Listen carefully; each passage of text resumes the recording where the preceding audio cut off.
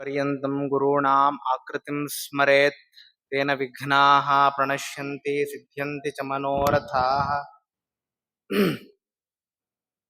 श्रीवेदान्तमहाचलं हि परितः संयोज्य सूत्राहिपम् सद्वातागमपोषितात्महृदयं तत्पूर्वपक्षासुरैः सिद्धान्तोक्तिसुरेश्वरैश्चमतितः यः कृष्णदुग्धाम्बुधिः स्वीयानाम् अमृतं प्रयच्छति समां पायाद्गुणोद्यन्मणिः।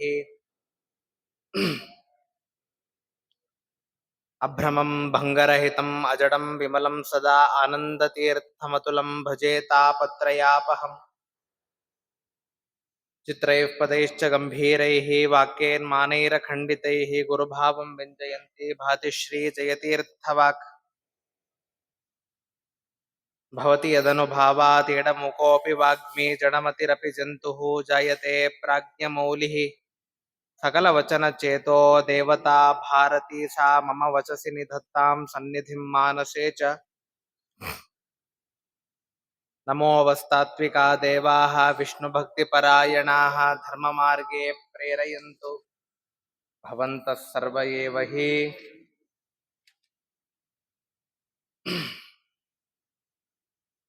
श्रीगुरुभ्यो नमः। स्वस्त्यस्तु सताम् अशेषसन्मङ्गलानि भवन्तु।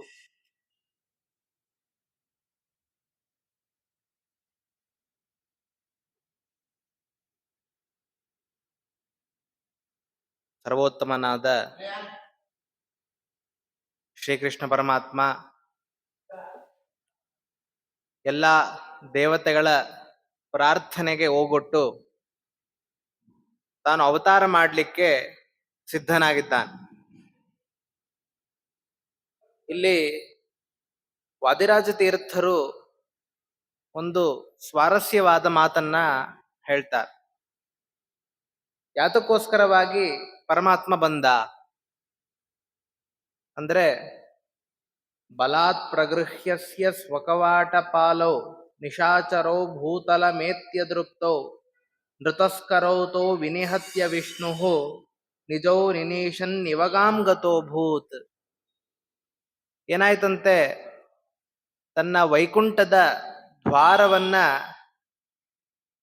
ಸೆಕ್ಯೂರಿಟೀಸ್ ಯಾರಿದ್ದಾರಲ್ಲ, ದ್ವಾರಪಾಲಕರು, ಅವರನ್ನ ನಿಶಾಚರರು ಅಪಹಾರ ಮಾಡಿಬಿಟ್ರಂತೆ.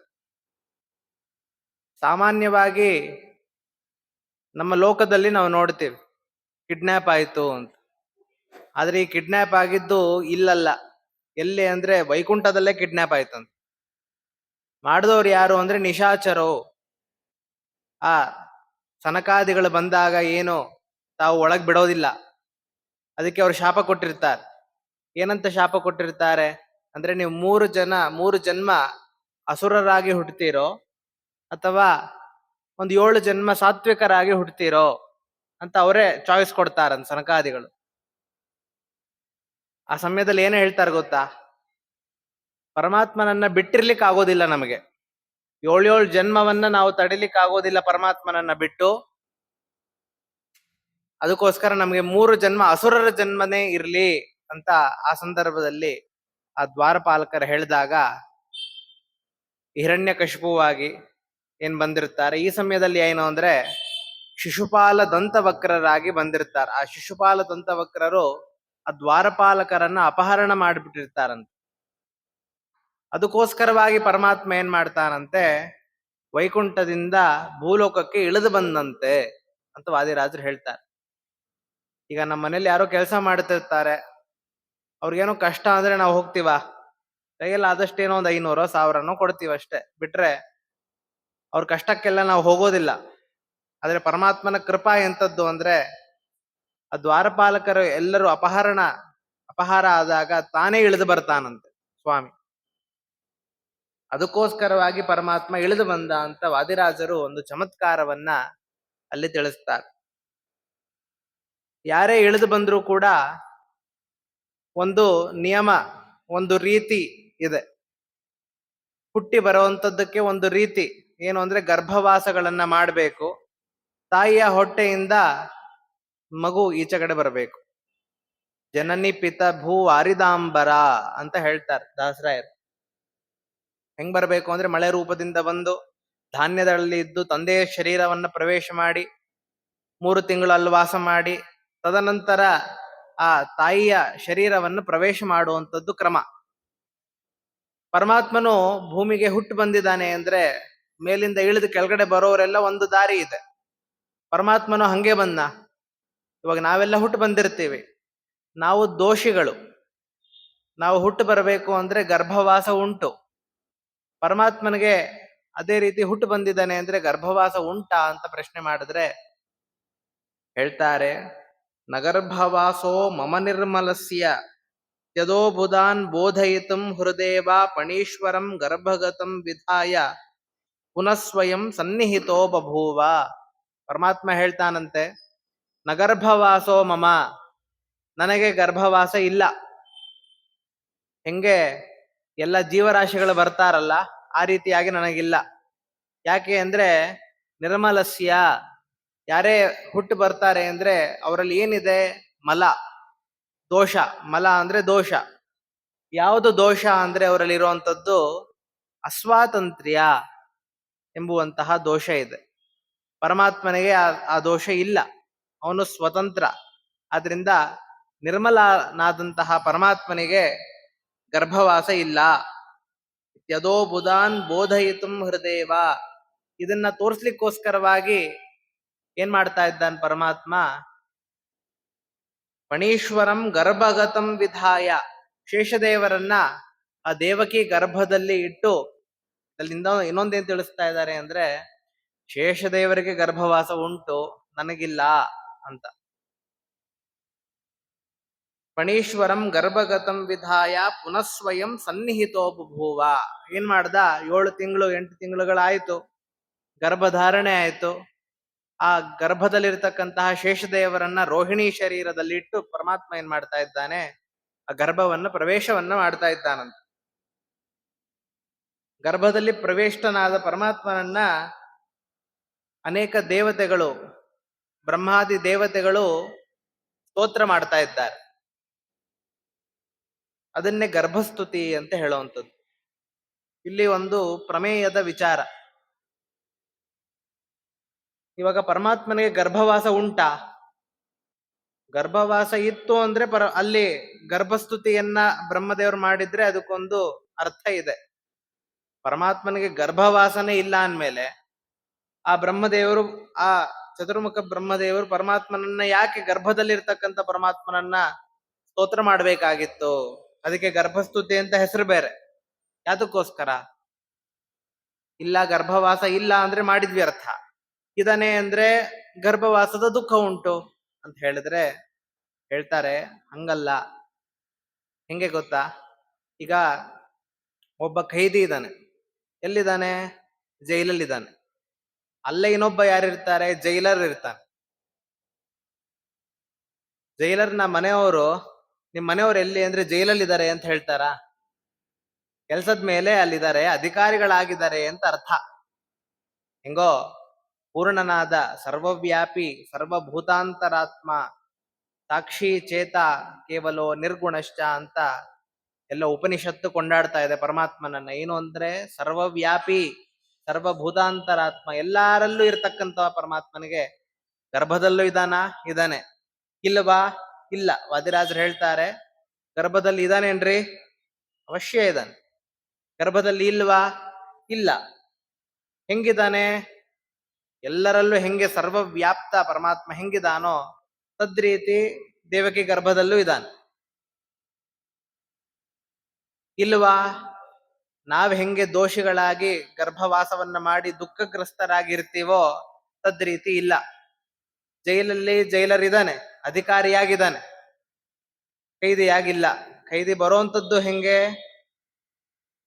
ಒದ್ದು ಒಳಗ್ ಹಾಕ್ತಾರೆ, ಈಚೆ ಕಡೆ ಕಳಿಸ್ಬೇಕಾದ್ರು ಒದ್ದು ಹೊರಗೆ ಹಾಕ್ತಾರೆ. ಹೆಂಗೋ ನಮ್ಮನೂ ಹಂಗೆ. ನಾವು ಬರಬೇಕು ಅಂದ್ರೆ ಅಲ್ಲಿಂದ ತಳಿತಾರೆ, ಇಲ್ಲಿ ತಾಯಿಯ ಶರೀರಕ್ಕೆ ಬರ್ತೀವಿ. ಇಲ್ಲಿಂದ ಈಚೆ ಕಡೆ ಬರ್ಬೇಕಾದ್ರು ದಬ್ತಾರೆ, ಆ ವಾಯು ಏನಿದೆ ದಬ್ಬತ್ತೆ, ಈಚೆ ಕಡೆ ಬರ್ತೀವಿ. ನಮ್ಮ ಕೈಯಲ್ಲಿ ಏನೂ ಇಲ್ಲ. ಹೆಂಗೋ ಪರಮಾತ್ಮನಿಗೆ ಹಂಗಲ್ಲ. ಅಧಿಕಾರಿಯಾಗಿ ಸರ್ವಾಧ್ಯಕ್ಷನಾಗಿ ಪರಮಾತ್ಮ ಏನ್ ಮಾಡ್ತಾ ಇದ್ದಾನೆ, ಆ ಗರ್ಭದಲ್ಲಿ ಪ್ರವೇಶವನ್ನ ಮಾಡ್ತಾ ಇದ್ದಾನಂತೆ. ಅಲ್ಲಿ ಚತುರ್ಮುಖ ಬ್ರಹ್ಮದೇವರು ಗರ್ಭಸ್ತುತಿಯನ್ನ ಮಾಡ್ತಾರೆ. ಯಾತಕ್ಕೋಸ್ಕರ ಮಾಡ್ತಾರೆ, ಏನ್ ಪ್ರಯೋಜನ ಅಂದ್ರೆ, ಯಾರು ಪರಮಾತ್ಮನ ಗರ್ಭಸ್ತುತಿಯನ್ನ ಶ್ರವಣ ಮಾಡ್ತಾರೋ, ಪಾರಾಯಣ ಮಾಡ್ತಾರೋ, ಅವ್ರಿಗೇನಾಗ್ತದೆ, ಗರ್ಭವಾಸ ಬರೋದಿಲ್ಲ ಅಂತ ಅದರ ಫಲಮಾಹಾತ್ಮೆಯನ್ನ ಹೇಳ್ತಾರೆ. ಏನ್ ಚತುರ್ಮುಖ ಬ್ರಹ್ಮದೇವರು ಏನಂತ ಸ್ತೋತ್ರ ಮಾಡಿದ್ದಾರೆ ಅಂದ್ರೆ, ಶೃಣ್ವನ್ ಗೃಣನ್ ಸಂಸ್ಮರಯನ್ ಚಿಂತಯನ್ ನಾಮಾನಿ ಸರ್ವಾಣಿ ಚ ಮಂಗಲಾನಿ ತೇ ಕ್ರಿಯಾತು ಯತ್ವಚ್ಚರಣಾರವಿಂದಯೋಃ ಆವಿಷ್ಟ ಚಿತ್ತಃ ನಭವಾಯ ಕಲ್ಪ್ಯತೆ. ಅದ್ಭುತವಾದ ಸ್ತೋತ್ರವನ್ನ ಮಾಡ್ತಾ ಇದ್ದಾರೆ. ಎಲ್ಲರೂ ಅನುಸಂಧಾನ ಮಾಡ್ಕೊಳ್ಬೇಕಾದಂತಹ ವಿಚಾರ ಏನು, ನಾವು ಪರಮಾತ್ಮನನ್ನ ಸ್ಮರಣೆ ಮಾಡ್ಬೇಕು ನಿತ್ಯದಲ್ಲಿ.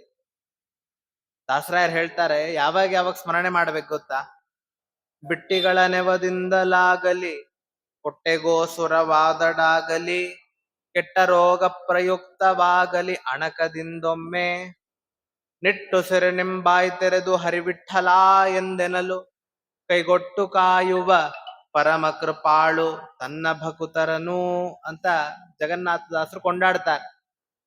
ಏನು ಅಂದ್ರೆ, ಪರಮಾತ್ಮನ ನೀವು ಯಾವಾಗ ಯಾವಾಗ ಸ್ಮರಣೆ ಮಾಡ್ಬೇಕು ಗೊತ್ತಾ, ಬಿಟ್ಟಿಗಳ ನೆವದಿಂದಲಾಗಲಿ, ಸುಮ್ಮನೆ ಓಡಾಡ್ತಿರ್ತೀರಿ, ಬರ್ತಿರ್ತೀರಿ, ಮಲ್ಕೋತೀರಿ, ಕೂಡ್ತೀರಿ, ಎಲ್ಲಾ ಸಮಯದಲ್ಲೂ ಪರಮಾತ್ಮನ ಸ್ಮರಣೆ ಮಾಡ್ತಿರ್ಬೇಕು.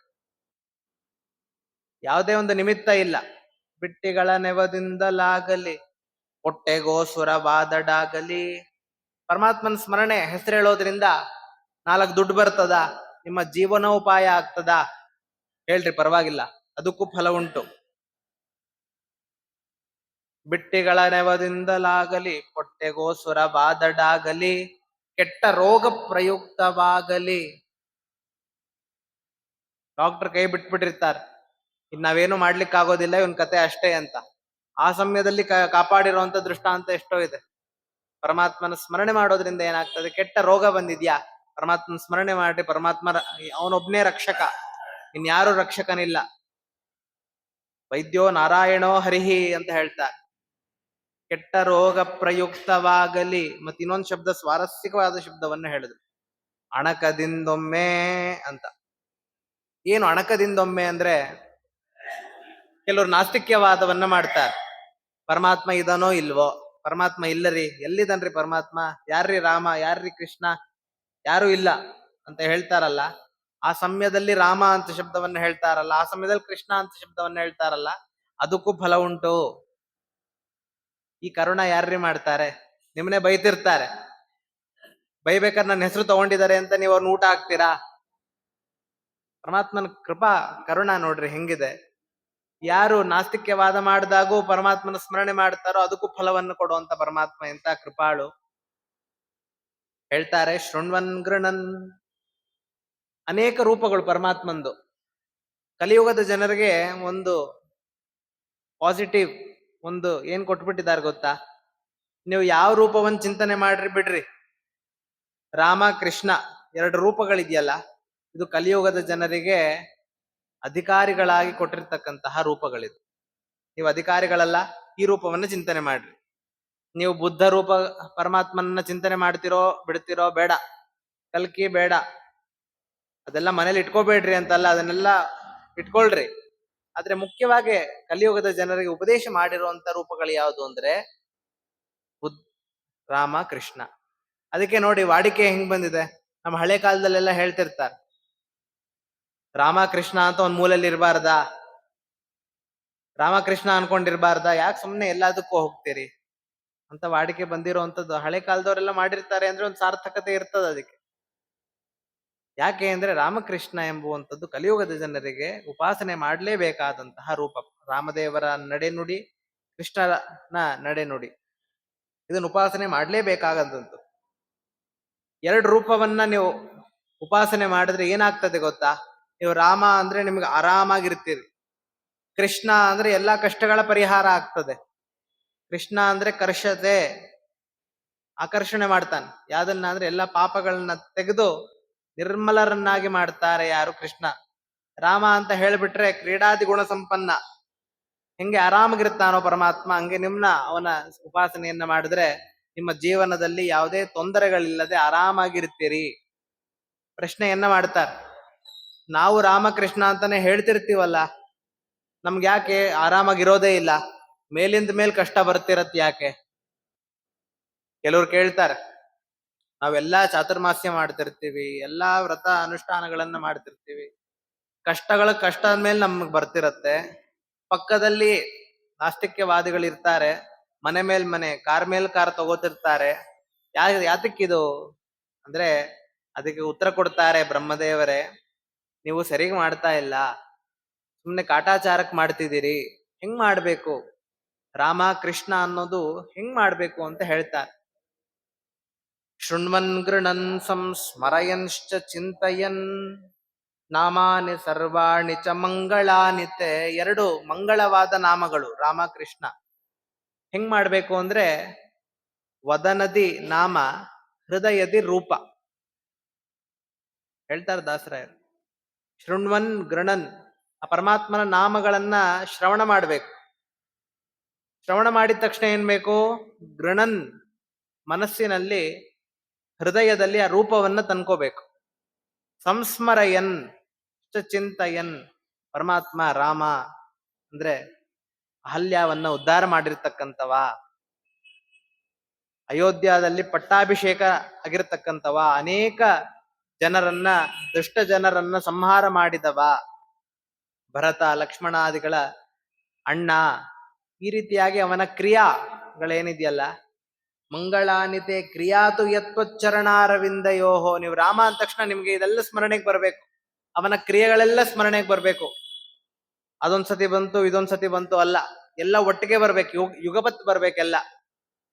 ಕೃಷ್ಣ ಅಂದಿದ ತಕ್ಷಣ ಪರಮಾತ್ಮ ಗೋಪಿಕಾಸ್ತ್ರೀಯರ ಮಧ್ಯೆ ರಮಿಸ್ತಾ ಇರತಕ್ಕಂತಹ ರೂಪ, ಆ ಕಾಳಿಂಗ ಸರ್ಪದ ಮೇಲೆ ನರ್ತನ ಮಾಡ್ತಾ ಇರತಕ್ಕಂತಹ ರೂಪ, ಆ ದ್ರೌಪದಿ ದೇವಿಗೆ ವಸ್ತ್ರವನ್ನ ಅಕ್ಷಯವಾಗಿ ಕೊಟ್ಟನಲ್ಲ, ಅಂತಹ ರೂಪವನ್ನ ನೀವು ಸ್ಮರಣೆ ಮಾಡಿದ್ರೆ ಏನಾಗ್ತದೆ?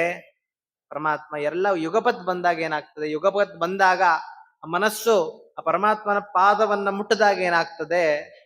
ಹೇಳ್ತಾರೆ, ನಭವಾಯ ಕಲ್ಪ್ಯತೆ.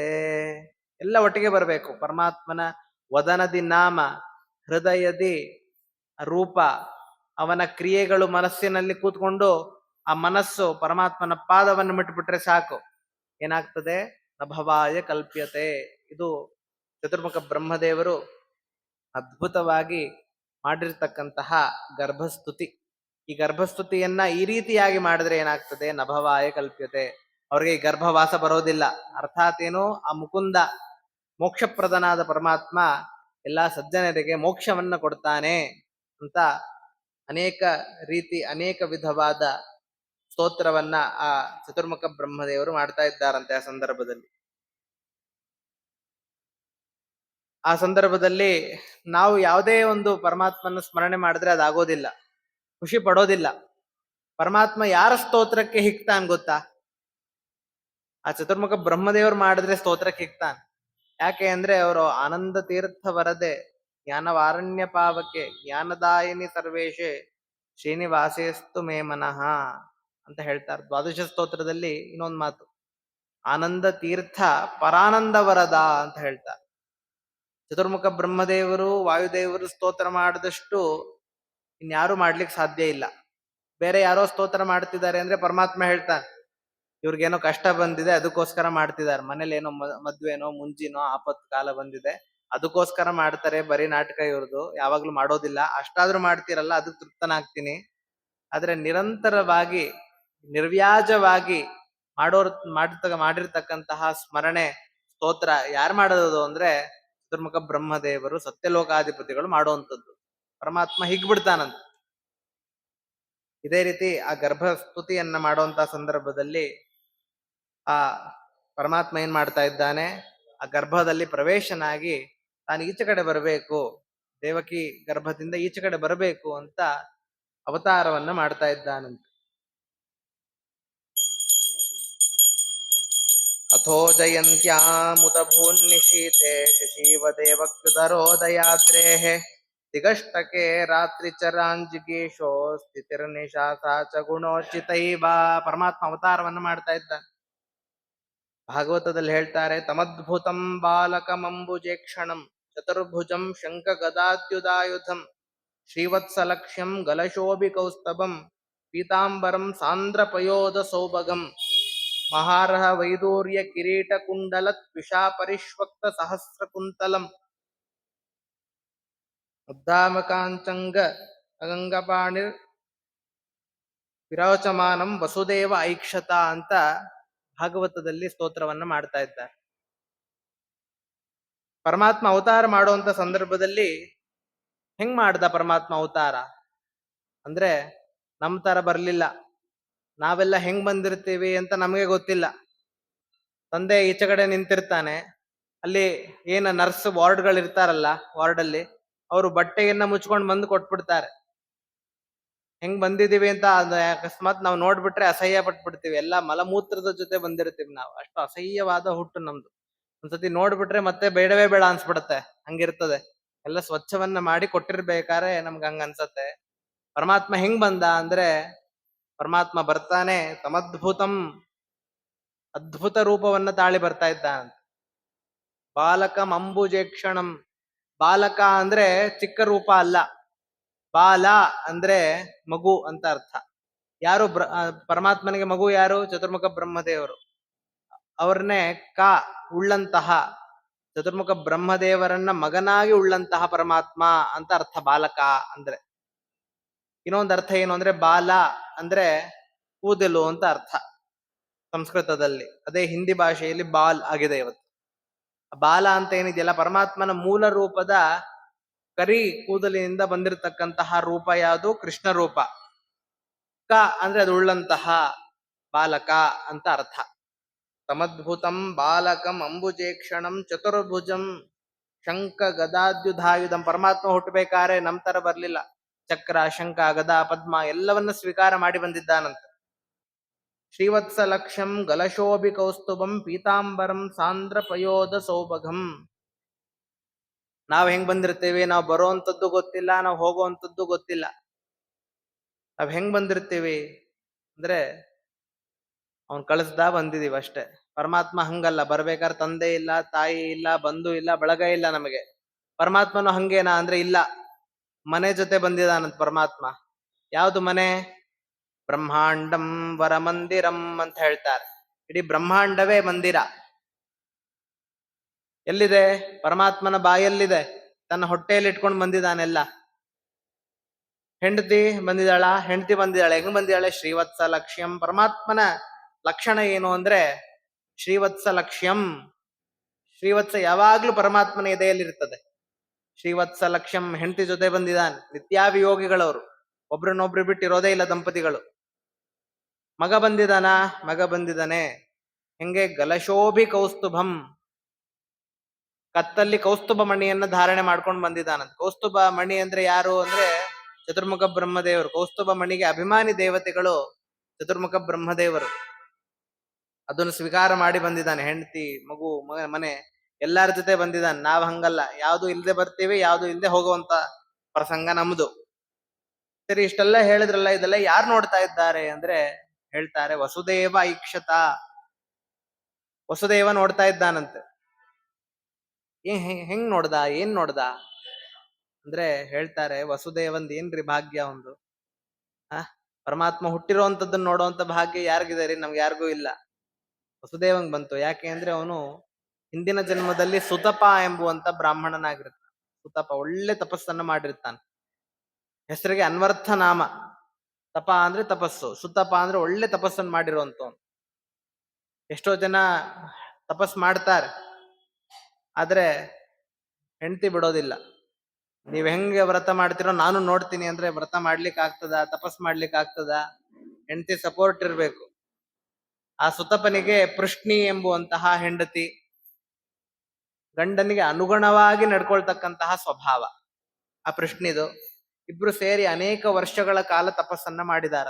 ಎಷ್ಟು ಅಂದ್ರೆ ದೇವತಾ ಕಾಲಮಾನದಲ್ಲಿ 10 ವರ್ಷ ತಪಸ್ಸನ್ನ ಮಾಡಿದ್ದಾರೆ ಭಗವಂತನನ್ನ ಕುರಿತು. 10 ವರ್ಷ ತಪಸ್ಸು. ಅದು ಹೆಂಗ್ ಮಾಡಿದ್ದಾನೆ ಅಂದ್ರೆ ಸಾಮಾನ್ಯವಾಗಿ ಮಾಡ್ಲಿಲ್ಲ. ಬೇಸಿಗೆಗಾಲದಲ್ಲಿ 4 ಕಡೆ ಬೆಂಕಿಯನ್ನು ಹಾಕೊಂಡು ಮಾಡುವಂಥದ್ದು, ಮಳೆಗಾಲದಲ್ಲಿ ನೀರಲ್ಲಿ ಕೂತ್ಕೊಂಡು ಮಾಡುವಂಥದ್ದು, ಚಳಿಗಾಲದಲ್ಲಿ ಎಲ್ಲವನ್ನು ಬಿಚ್ಚಿ ಮಾಡುವಂಥದ್ದು. ಈ ರೀತಿಯಾಗಿ ತಪಸ್ಸನ್ನ ಮಾಡಿರ್ತಾನೆ, ಕಠಿಣವಾದ ತಪಸ್ಸನ್ನು ಮಾಡಿರ್ತಾನೆ. ನಮಗೆ ಎಲ್ಲವೂ ಕಷ್ಟ, ಬೆಳಗಾಗೆದ್ ಕಷ್ಟ ನಮಗೆ. ತಪಸ್ಸು ಮಾಡಕ್ ಹೇಳ್ತಾರೆ, ನಮ್ಗೆ ಎಷ್ಟು ತಪಸ್ಸು, ನಿಮ್ಗೇನ್ ತಪಸ್ಸು? ಮೊನ್ನೆ ಹೇಳಿದಂತೆ ಪರಮಾತ್ಮನನ್ನ ಪಡ್ಕೋಬೇಕು ಅಂದ್ರೆ 10,000 ವರ್ಷ ತಪಸ್ಸನ್ನ ಮಾಡ್ಬೇಕು. ಕೃತಯುಗದಲ್ಲಿ, ತ್ರೇತಾಯುಗದಲ್ಲಿ ಇಳಿಸ್ಬಿಟ್ಟ ಪರಮಾತ್ಮ. ಏನ್ ಮಾಡ್ತಾರೆ, ಇವಾಗ ಸ್ಟಾಕ್ ಕಡಿಮೆ ಆಯ್ತು ಅಂದ್ರೆ, ಇವಾಗ ನಾವೆಲ್ಲ ಸೇಲ್ ನೋಡ್ತೀವಿ, ಯಾರು ತಗೋತಾ ಇಲ್ಲ ಅಂದ್ರೆ ರೇಟ್ ಕಡಿಮೆ ಮಾಡ್ಬಿಡ್ತಾರ, ಅವಾಗಾದ್ರೂ ತಗೊಳ್ಳಿ ಅಂತ. ತಪಸ್ ಮಾಡೋರು ಕಡಿಮೆ ಆಗ್ಬಿಟ್ರು. ಪರಮಾತ್ಮ ಏನ್ ಮಾಡ್ಬಿಟ್ಟ ತ್ರೇತಾಯುಗದಲ್ಲಿ, ಅಷ್ಟು ಬೇಡ, 10,000 ವರ್ಷವೆಲ್ಲ ಬೇಡ, 8,000 ವರ್ಷ ತಪಸ್ ಮಾಡ್ರಿ. ಆವಾಗ್ಲೂ ಇನ್ನ ಕಡಿಮೆ ಆಗೋಯ್ತು. ದ್ವಾಪರ ಯುಗದಲ್ಲಿ ಹಾಫ್ ರೇಟ್ ಏನ್ ಮಾಡ್ಬಿಟ್ಟ, 4,000 ವರ್ಷ ಕಳಿಸ್ಬಿಟ್ಟ ಪರಮಾತ್ಮ. 4,000 ವರ್ಷ ತಪಸ್ ಮಾಡ್ರಿ ಸಾಕು. ಕಲಿಯುಗದಲ್ಲಿ ಅಷ್ಟು ವರ್ಷ ಬದುಕೋದೇ ಇಲ್ಲ, ತಪಸ್ಸೇ ಬೇಡ ಅನ್ಬಿಟ್ಟ ಪರಮಾತ್ಮ. ತಪಸ್ಸಿಲ್ವಾ? ತಪಸ್ಸಿದೆ. ಏನ್ ತಪಸ್ಸು ಅಂದ್ರೆ, ನೀವು ಮನೇಲಿ ಅಡ್ಗೆ ಮಾಡ್ತೀರಲ್ಲ, ಅಡ್ಗೆ ಮಾಡೋ ತನಕ ಏನು ಕುಡಿದೇ ಇರೋಂಥದ್ದೇ ಒಂದು ತಪಸ್ಸು. ಬೆಳಗಾಗೆ ಕಾಫಿ ಕುಡಿದು ಬಿಡ್ತಾರೆ ಕೆಲವರು, ಸ್ನಾನನೂ ಮಾಡಿರೋದಿಲ್ಲ, ಕಾಫಿಯನ್ನು ಕುಡಿದು ಬಿಟ್ಟಿರ್ತಾರೆ. ತಪಸ್ಸು ಯಾವ್ದು ಗೊತ್ತಾ? ಯಾವುದು ಸ್ವೀಕಾರ ಮಾಡದೆ ಪರಮಾತ್ಮನಿಗೆ ನೈವೇದ್ಯ ಮಾಡ್ತೀವಲ್ಲ ಅನ್ನ, ಅದನ್ನ ಚಿತ್ರಾಹುತಿಗಳನ್ನ ಇಟ್ಟು ಪರಮಾತ್ಮನಿಗೆ ವೈಶ್ವದೇವ ಮಾಡಿ ತದನಂತರ ಸ್ವೀಕಾರ ಮಾಡುವಂಥದ್ದೇನಿದೆಯಲ್ಲ, ಅಲ್ಲಿ ತನಕ ನೀವು ಸುಮ್ಮನಿದ್ ಬಿಟ್ರೆ ಅದೇ ತಪಸ್ಸು. ಯಾರಿನ್ ಚಾತುರ್ಮಾಸಿಯ ವ್ರತ ಹೋಮ ನಿಯಮಗಳನ್ನ ಮಾಡ್ತಾರೋ ನೀವು ತಿಳ್ಕೊಂಡ್ಬಿಟ್ರಿ ಅವರೇ ವಸಿಷ್ಠರು ವಿಶ್ವಾಮಿತ್ರರು ಅಂತ. ಕಲಿಯುಗದಲ್ಲಿ ಅಷ್ಟು ಗೌಣವಾಗಿ ಹೇಳಿಬಿಟ್ಟಿದ್ದಾರೆ ಅವರು. ಈಗಿನ ಕಾಲದಲ್ಲಂತೂ ನೀವು ನೋಡ್ಬೇಕು, ಹಳೆ ಕಾಲದ ಮನೆಯಲ್ಲಾದ್ರೂ ಒಂದು ಅಡುಗೆ ಮನೆ, ದೇವ್ರ ಮನೆ ಇರ್ತಿತ್ತು. ಈಗಿನ ಕಾಲದ ಮನೆಗಳಲ್ಲಿ ದೇವ್ರ ಮನೆಯ ಕಾನ್ಸೆಪ್ಟೇ ಹೊಟ್ಟೋಗಿದೆ, ಅಡುಗೆ ಮನೆ ಕಾನ್ಸೆಪ್ಟೇ ಹೊಟ್ಟೋಗಿದೆ. ಯಾಕೆಂದ್ರೆ ಎಲ್ಲಾ ಕಡೆ ಸ್ವಿಗ್ಗಿ, ಝೊಮ್ಯಾಟೊ, ಫೋನ್ನಲ್ಲಿ ಆರ್ಡರ್ ಮಾಡಿಬಿಟ್ರೆ ಸಾಕು, ಬಂದ್ಬಿಡತ್ ಮನೆಗೆ. ಅದು ಹೆಂಗ್ ಬೇಕು, ಏನೇನ್ ಬೇಕು, ಎಷ್ಟು ಖಾರ ಬೇಕು, ಎಷ್ಟು ಮೆಣಸಿನ್ಕಾಯಿ ಬೇಕು, ಕರಿಬೇವು ಬೇಕೋ ಬೇಡವೋ ಎಲ್ಲ ನೀವು ಬರೆದು ಹಾಕ್ಬಿಟ್ರೆ ಅದ್ರ ತಕ್ಕಂತೆ ಮಾಡಿ ಕಳಿಸ್ಬಿಡ್ತಾರ್ರಿ. ಹೇಳ್ತಾರೆ ಶಾಸ್ತ್ರದಲ್ಲಿ, ತಪ್ಪು, ಹಂಗೆಲ್ಲ ಮಾಡುವಂಥದ್ದಲ್ಲ. ಊಟ ಎಂಬುದೇನಿದೆ ವೈಶ್ವಾನರ ಯಜ್ಞ, ಅದು 4 ಗೋಡೆ ಮಧ್ಯೆ ಒಳಗ್ ಮಾಡುವಂಥದ್ದು. ಈಗಿನೆಲ್ಲ ಏನ್ ಮಾಡ್ಬಿಡ್ತಾರೆ, ಸ್ಯಾಟರ್ಡೆ ಸಂಡೇ ಅಂದ್ರೆ ನಮ್ಮ ಮನೇಲಿ ಬೇಜಾರು, ಈಚೆ ಕಡೆ ಮಾಡೋಣ ಅಂತ ರೋಡಲ್ಲಿ ನಿಂತ್ಕೊಂಡು ಬೀದಿಲ್ ತಿನ್ನೋ ಅಂತ ಕರ್ಮ ಯಾರಿಗ್ರಿ ಬೇಕು? ಮನೆಯಲ್ಲಿ ಮಾಡುವಂತ ಯಜ್ಞ ಅದು. ಏನ್ ಮಾಡ್ಬೇಕು, ಅದನ್ನ ಒಳ್ಳೆ ಮಡಿ ಮೈಲ್ಗೆಗಳಿಂದ ಮಾಡುವಂಥದ್ದಲ್ಲ, ಒಳ್ಳೆ ಮಡಿಯಿಂದ ಮಾಡುವಂಥದ್ದು. ಅದು ಮೈಲ್ಗೆಯಿಂದ ಮಾಡ್ಲೇಬಾರ್ದು. ಅದನ್ನ ಬಾವಿಲಿ ಸ್ನಾನ ಮಾಡಿ, ಬಾವಿ ಕೊಟ್ಟಿಲ್ವಾ, ಯಾವ್ದು ಪರಮಾತ್ಮ ಕೊಟ್ಟಿದ್ದಾನೋ ಅದ್ರ ಸ್ನಾನ ಮಾಡಿ, ದೇವ್ರ ಪೂಜೆ ಮಾಡಿ, ಒಳ್ಳೆ ಸ್ವಚ್ಛವಾಗಿ ಪರಮಾತ್ಮನ ಸ್ಮರಣೆ ಮಾಡ್ತಾ ಅಡ್ಗೆ ಮಾಡಿ ಅದನ್ನ ನೈವೇದ್ಯ ಮಾಡಿ ಸ್ವೀಕಾರ ಮಾಡಿದ್ರೆ ಅದೊಂದು ಹೋಮ ಆಹುತಿ ಕೊಟ್ಟಂಗ ಆಗ್ತದೆ. ಯಾವ್ದೋ ಯಾರೋ ತಂದ್ಕೊಟ್ರು, ಹೆಂಗೋ ಮಾಡಿದ್ರು, ಅದನ್ನ ಹಂಗೆ ತಿಂದೆ, ತಪ್ಪು. ಶಾಸ್ತ್ರದಲ್ಲಿ ನಿಷೇಧವನ್ನ ಹೇಳ್ತಾರೆ. ಹಂಗೆ 10,000 ವರ್ಷ ತಪಸ್ಸನ್ನು ಮಾಡಿರ್ತಾನ ಸುತಪ. ಪರಮಾತ್ಮ ಬಂದ. ಪರಮಾತ್ಮ ಬಂದಿದ ತಕ್ಷಣ ಭಗವಂತನ ರೂಪವನ್ನ ನೋಡ್ತಾನೆ. ಏನ್ ಬೇಕು ಅಂತ ಪರಮಾತ್ಮ ಕೇಳಿದ್ರೆ, ನಿನ್ನಂತ ಮಗ ಬೇಕು ಅಂತ ಕೇಳ್ಬಿಡ್ತಾನ.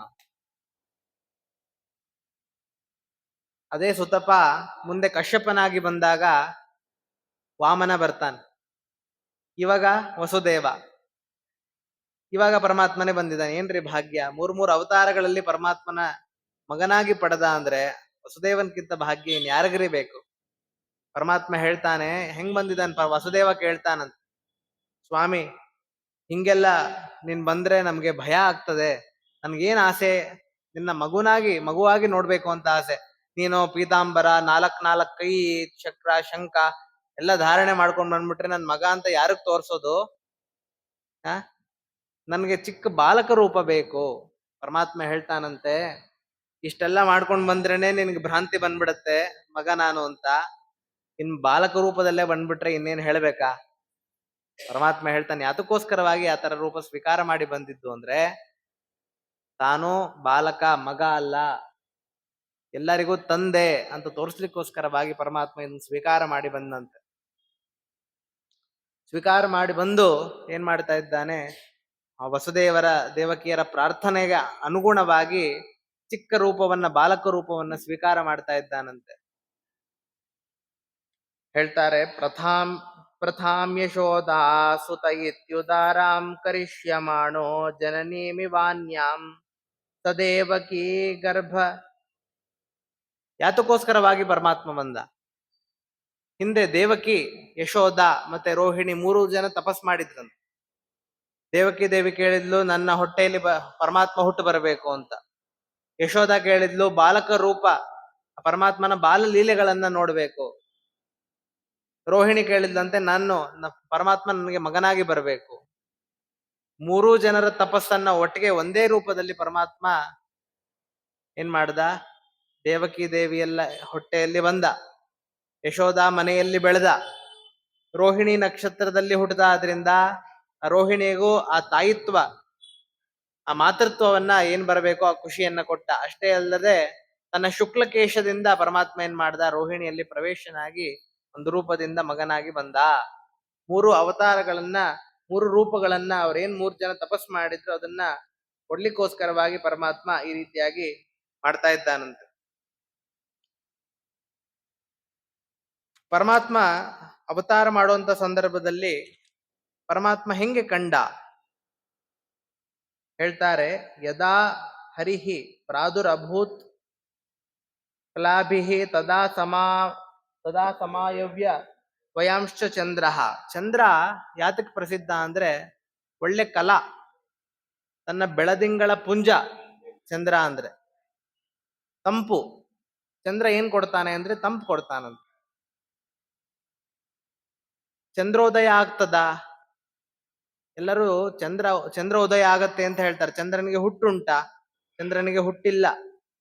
ಆದ್ರೂ ಚಂದ್ರೋದಯ ಅಂತ ಹೆಂಗ್ ಪ್ರಯೋಗ ಮಾಡ್ತೀವೋ ಪರಮಾತ್ಮನಿಗೆ ಹುಟ್ಟಿಲ್ಲ. ಪರಮಾತ್ಮ ಹೆಂಗೆ ಪ್ರಕಟನ ಆದ್ನೋ, ಚಂದ್ರ ಹೆಂಗೆ ಪ್ರಕಟನ ಆಗ್ತಾನೆ. ಚಂದ್ರ ಯಾವಾಗ್ಲೂ ಇರ್ತಾನೆ. ಹೆಂಗೆ ಕತ್ಲಾದಾಗ ಚಂದ್ರ ಕಾಣ್ತಾನೋ, ಪರಮಾತ್ಮ ಹಂಗೆ ಎಲ್ಲಾ ಸಮಯದಲ್ಲಿದ್ರೂ ಕೂಡ ಪ್ರಕಟನ ಆದ ಅಂತ ತೋರ್ಸಕ್ಕೋಸ್ಕರವಾಗಿ ಆ ರಾತ್ರಿ ಸಮಯದಲ್ಲಿ ಪರಮಾತ್ಮ ಅವತಾರವನ್ನ ಮಾಡ್ತಾ ಇದ್ದಾನಂತ. ಪರಮಾತ್ಮ ಯಾವಾಗ ಬೇಕಾದ್ರೆ ಅವತಾರ ಮಾಡ್ಬೋದ್ರಿ, ನಮ್ ತರ ಅಲ್ಲ. ಈಗ ನಮ್ಗಾದ್ರೆ ಪ್ರಶ್ನೆ ಇರ್ತದೆ, ನಮ್ ಮಗು ಯಾವಾಗ ಹುಟ್ಟಬೇಕು, ರಾತ್ರಿ ಹುಟ್ಟಬೇಕಾ ಬೆಳಗ್ಗೆ ಹುಟ್ಟಬೇಕಾ? ಚಾಯ್ಸ್ ನಮ್ಗಿಲ್ಲ. ಯಾಕೆ ಅಂದ್ರೆ ನಾವು ಕಾಲಬದ್ಧರು, ಕಾಲದಿಂದ ಬದ್ಧರಾಗಿರ್ತೀವಿ ನಾವು. ಪರಮಾತ್ಮ ಹಂಗಲ್ಲ. ಏನ್ ಹೇಳ್ತಾರೆ ದಾಸರು? ದಾಸೋಹಂ ತವ ದಾಸೋಹಂ, ದಾಸೋಹಂ ತವ ದಾಸೋಹಂ. ನಾವೆಲ್ಲ ದಾಸರು. ಕಾಲಾಂತರ್ಗತ ಕಾಲ ನಿಯಾಮಕ. ಪರಮಾತ್ಮ ಕಾಲದ ಅಂತರ್ಗತ, ಪರಮಾತ್ಮನ ಕೆಳಗೆ ಕಾಲ, ಪರಮಾತ್ಮನ ಮೇಲೆ ಕಾಲ ಅಲ್ಲ, ಪರಮಾತ್ಮನ ಕಾಲಿನ ಕೆಳಗೆ ಕಾಲ. ಕಾಲಾಂತರ್ಗತ ಕಾಲ ನಿಯಾಮಕ, ಕಾಲಾತೀತ, ಕಾಲವನ್ನ ದಾಟಿದವನವನು. ತ್ರಿಕಾಲಜ್ಞ, 3 ಕಾಲವನ್ನ ಬಲ್ಲವ. ಕಾಲ ಪ್ರವರ್ತಕ, ಕಾಲ ನಿವರ್ತಕ, ಕಾಲೋತ್ಪಾದಕ, ಕಾಲವನ್ನ ಹುಟ್ಟಿಸಿದವನು ಇವನು. ಇವನ್ ಮತ್ತಿನ್ನೊಂದು ಏನ್ ಹೆಸರು? ಕಾಲ ಅಂತಾನೆ ಹೆಸರು. ಕಾಲಮೂರ್ತಿ ತವ ದಾಸೋಹಂ, ತವ ದಾಸೋಹಂ ಅಂತ ದಾಸರಾಯರು ಹೇಳ್ತಾರೆ. ಇವನ್ಗೆ ಕಾಲ ಅಂತಾನೆ ಹೆಸರು. ಕಾಲವನ್ನ ನಿವರ್ತನೆ, ನಿಯಮನ ಮಾಡುವಂತವನು ಇವನು. ಅದರಿಂದ ಪರಮಾತ್ಮ ಏನ್ ಮಾಡ್ತಾನೆ? ತಾನು ರಾತ್ರಿ ಕಾಲವನ್ನ ಆರಿಸ್ಕೊಂಡಂತ. ಯಾತಕ್ಕೋಸ್ಕರವಾಗಿ ರಾತ್ರಿ ಕಾಲವನ್ನ ಪರಮಾತ್ಮ ಆರಿಸ್ಕೊಂಡ ಗೊತ್ತಾ? ಹಿಂದೆ ರಾಮ ಅವತಾರದ ಕಾಲದಲ್ಲಿ ಬೆಳಗ್ಗೆ ಎಲ್ಲರನ್ನೂ ಸಂಹಾರ ಮಾಡಿದ್ನಂತೆ ಪರಮಾತ್ಮ. ಇವಾಗ ನಾವು ಯಾರ ಜೊತೆನೋ ಜಗಳ ಆಡ್ತೀವಿ. ಜಗಳ ಆಡಿದಾಗ ಏನ್ ಹೇಳ್ತಾರ ಅವ್ರು? ನಿಮ್ಮ ಏರಿಯಾಗ ಬಂದಿದೆ, ನೀನ್ ಹಂಗೆಲ್ಲ ಮಾತಾಡ್ತಿ, ನಮ್ಮ ಏರಿಯಾಗ ಬಂದ್ ನೋಡ್, ನೀನ್ ಗೊತ್ತಾಗ್ತದೆ ನೀನ್ ಅಂತ ಹೇಳ್ದಂಗೆ ಏನ್ ಮಾಡ್ತಾರೆ? ಪರಮಾತ್ಮ ಏನ್ ಮಾಡ್ತಾ ಇದ್ದಾನಂತೆ? ಆ ಹಿಂದೆ ರಾಮಾವತಾರದಲ್ಲಿ ದೈತ್ಯರೆಲ್ಲ ಹಂಗ ಹೇಳಿದ್ರು, ಅದಕ್ಕೋಸ್ಕರವಾಗಿ ನಿಮ್ ಕಾಲದಲ್ಲೇ ಬರ್ತೀನಿ. ನಿಶಾಚರರು ಅಂತ ದೈತ್ಯರಿಗೆ ಹೆಸರು. ನಿಶಾಚರರು ಅಂದ್ರೆ ನಿಶಿ ಅಂದ್ರೆ ರಾತ್ರಿ, ರಾತ್ರಿ ಕಾಲದಲ್ಲಿ ಅವ್ರು ಸಂಚಾರ ಮಾಡ್ತಾರೆ. ಆದ್ರಿಂದ ಅವ್ರು ನಿಶಾಚರರು. ಅವ್ರು ಊಟ ಮಾಡುವಂಥದ್ದು ರಾತ್ರಿ, ಅವರು ಮಲಗುವಂಥದ್ದು ರಾತ್ರಿ, ಮಲಗೋದೇ ಇಲ್ಲ, ಬೆಳಗ್ಗೆ ಎಲ್ಲ ಮಲಗಿರ್ತಾರೆ. ಅವ್ರ ಮನೆ ಗೃಹ ಪ್ರವೇಶ ರಾತ್ರಿ, ಎಲ್ಲ ಮಾರ್ಕೆಟ್ಗೆ ಹೋಗ್ಬೇಕು ರಾತ್ರಿ, ಎಲ್ಲಾ ವ್ಯವಹಾರಗಳು ಯಾವಾಗ ಮಾಡುವಂಥದ್ದು ಅಂದ್ರೆ ರಾತ್ರಿ ಕಾಲದಲ್ಲಿ ಮಾಡ್ತಿರ್ತಾರೆ. ಈಗ ನೋಡಿರ್ತೀರಾ ನೀವು, ನಮ್ ಟ್ರಾಫಿಕ್ ಯಾವಾಗ ಜಾಸ್ತಿ? ರಾತ್ರಿ ಹೊತ್ತು ಜಾಸ್ತಿ. ಅದರಿಂದ ಏನರ್ಥ? ಯಾರು ಜಾಸ್ತಿ ಆಗಿದ್ದಾರೆ? ನೀವೇ ಅರ್ಥ ಮಾಡ್ಕೊಳ್ಳಿ. ಪರಮಾತ್ಮ ಏನ್ ಮಾಡ್ತಾ ಇದ್ದಾನೆ? ಅದನ್ನ ತೋರ್ಸಕ್ಕೋಸ್ಕರವಾಗಿ ರಾತ್ರಿ ಕಾಲದಲ್ಲಿ ಅವತಾರ ಮಾಡ್ತಾ ಇದ್ದಾನಂತೆ. ಮತ್ ಇನ್ನೊಂದು ಪರಮ ಮುಖ್ಯ ಕಾರಣ ಇದೆಯಂತ. ಏನು ಅಂದ್ರೆ, ಕೆಲವು ಜನರು ನಾನು ಪರಮಾತ್ಮನ ಭಕ್ತರು ಅಂತ ಓಡಾಡ್ತಾ ಇರ್ತಾರೆ, ನಾನ್ ಭಕ್ತ ಅಂತ. ಪರಮಾತ್ಮ ಅವ್ರನ್ನೆಲ್ಲ ಪರೀಕ್ಷೆ ಮಾಡ್ಬೇಕಾಗಿದೆಯಂತ, ಯಾರು ಪರಮಾತ್ಮನ ನಿಜವಾದ ಭಕ್ತರು ಅಂತ. ಹೆಂಗೆ? ಯಾರು ಪರಮಾತ್ಮನ ಅವತಾರ ಸಮಯದಲ್ಲಿ ಎದ್ದಿರ್ತಾರೋ ಅವ್ರು ಪರಮಾತ್ಮನ ಭಕ್ತರು. ಪರಮಾತ್ಮ ಹುಟ್ಟಬೇಕಾದ್ರೆ ಯಾರು ಮಲಗಿರ್ತಾರೋ ಅವ್ರು ಪರಮಾತ್ಮನ ಭಕ್ತರಲ್ಲ.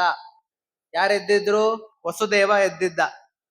ಯಾರು ಮಲ್ಕೊಂಡಿದ್ರು? ಕಂಸನ ಕಡೆಯವರೆಲ್ಲ ಮಲ್ಕೊಂಡಿದ್ರು. ಕಂಸ ಏನ್ ಮಾಡ್ಬಿಟ್ಟಿದ್ನಂತೆ ಗೊತ್ತಾ? ಒಂದು ಕಥೆ ವರ್ಣನೆ ಮಾಡ್ತಾರಲ್ಲಿ. ಕಂಸ 8ನೇ ಗರ್ಭ ಆಯ್ತು ದೇವಕಿ ದೇವಿಗೆ. ಆ ಸಮಯದಲ್ಲಿ ಅಲ್ಲಿ ಕೆಲ್ಸಕ್ಕೆ ತನ್ನ ಸೈನಿಕರನ್ನ ಯಾರನ್ನಿಟ್ಟ ಗೊತ್ತಾ? ಯಾವ ಸಮಯದಲ್ಲೂ ಯಾರು ಮಲ್ಕೊಳ್ಳೋದಿಲ್ವೋ ಅವ್ರನ್ನಿಟ್ಟನಂತೆ ಪರಮಾತ್ಮ. ಯಾಕೆ ಅಂದ್ರೆ ಸುಮ್ನೆ ಇವ್ರು ಯಾವಾಗೋ ಅವ್ರ ಇಚ್ಛೆ ಬಂದು ಮಲ್ಕೊಂಡ್ಬಿಡೋದು, ಮಗು ಎಕ್ಸ್ಚೇಂಜ್ ಆಗ್ಬಿಡೋದು, ಯಾತಕ್ ಬೇಕಿದೆಲ್ಲ ಅಂತ ಅವನ್ ಕಂಸ ಏನ್ ಮಾಡ್ದ? ಯಾರು ಮಲ್ಕೊಳ್ಳೋದೇ ಇಲ್ವೋ ಅಂತಹ ಸೈನ್ಯವನ್ನ ಇಟ್ನಂತೆ. ಪರಮಾತ್ಮ ಏನ್ ಮಾಡ್ದ? ನಾವು ಹಂಗೆ, ನಾವು ಏನೇ ಮಾಡಿದ್ರು ಕೂಡ ನಮ್ಗೆ ನಿದ್ದೆ ಬರೋದಿಲ್ಲ. ರಾತ್ರಿ ಎಷ್ಟೊತ್ತಾದ್ರೂ ನಿದ್ದೆ ಬರೋದಿಲ್ಲ. ನಿದ್ದೆ ಯಾವಾಗ ಬರ್ತದೆ ಗೊತ್ತಾ? ಪುರಾಣ ಕೂತಾಗ ನಿದ್ದೆ ಬರುತ್ತೆ. ನಮ್ಮಲ್ಲಿ ಒಬ್ರು ಒಳ್ಳೆ ಆಚಾರ ಉಪನ್ಯಾಸ ಹೇಳ್ತಿದ್ರು, ಸ್ವಾರಸ್ಯವಾಗಿ ಉಪನ್ಯಾಸ ಹೇಳ್ತಿದ್ರು. ಪಾಪ ಅವರು ಚೇರ್ ಮೇಲೆ ಕೂತಿದಾರ, ಅವರು ಢಮ್ ಅಂತ ಬಿದ್ರು. ಆಚಾರ ಉಪನ್ಯಾಸ ಹೇಳಿ ಆಚಾರ್ಯ ಹೋಗಿ ಎತ್ತಿದ್ದಾಯ್ತು. ದಪ್ಪ ಬೇರೆ ಇದಾರ ಅವರು, ಹಂಗ್ ಬಿದ್ಬಿಟ್ರು ಅವರು. ನಮ್ಮ ಕೈಯಲ್ಲಿ ಇಲ್ಲ ನಿದ್ದೆ ಯಾವಾಗ ಬರ್ತದೆ ಅಂತ.